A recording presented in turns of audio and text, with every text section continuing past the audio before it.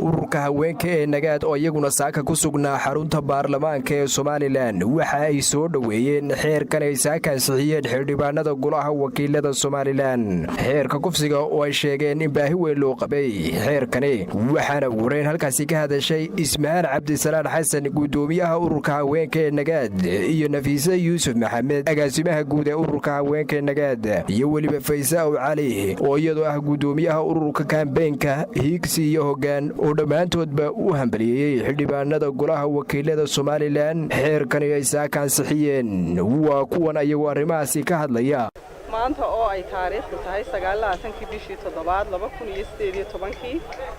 xaqiiqdii aad baan ugu faraxsanahay haddii aan nahay haweenweynaha Soomaaliland gaar ahaan dalada isku xidhka ee nagaad oo 7 sano ee ugu dambeysay ka soo shaqeynaysay xeerkan isagoo soo maray marxalado kala duwan golaha wakiilada hore u soo maray golaha guurtiga ku dambeeyay ku soo noqday golaha wakiilada maanta ay ku ansixiyeen cod majority runtii aad baan ugu faraxsanahay anagoo ka wakiila bulshada reer Soomaaliland gaar ahaan haweenka Soomaaliland waxa weeyaan waa wax aad loogu farxo waa wax ummadda muslimka iyo dadka ku hadla afka Soomaaliga wax weyn tari doona xeerka maanta la ansixiyay guul u soo hoyatay weeyaan guud ahaan qaranka Soomaaliland gaar ahaan waxaan aad ugu hambalyeynaa golahii sida fiican oo laga soo shaqeynayay muddada 7 sano ah ee aanu xeerka wacyigelintiisa iyo dabagalkiisa kaga daba jirnay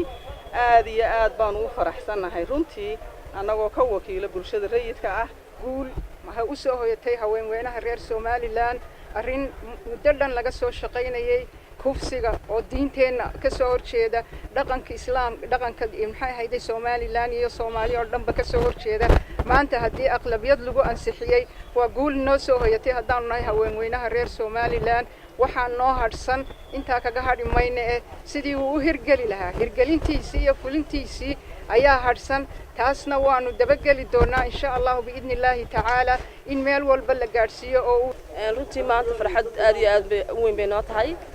haddaan nahay haweenka Soomaaliland xeerkan oo runtii muddo aad iyo aad u dheer laga soo shaqeynayay oo haweenweynaha Soomaaliland oo dhan ay ka shaqeynayeen gaar ahaan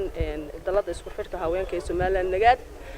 runtii farxad weyn bay noo tahay saaka 8 waxaan halkan nimid ujeedadaan u nimid ee aanu runtii shaqooyinkayagii aanu u soo baatinay ama xafiisyadii aanu soo marinayna waxay ahayd balinaanu ogaano maanta xeerkaasi halka uu marayo iyo halka maxaan ku raadayay ansixintu ay marto runtii maanta aad iyo aad baan u faraxsanahay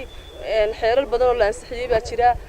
laakiin xeer haddii la ansixiyo macnaheedu waxa weeyaan in laga shaqeeyo sidii uu hirgeli lahaa ama uu dhaqan geli lahaa marka runtii waxaan ka shaqeyn doonaa xeerkan sidii uu dhaqan geli lahaa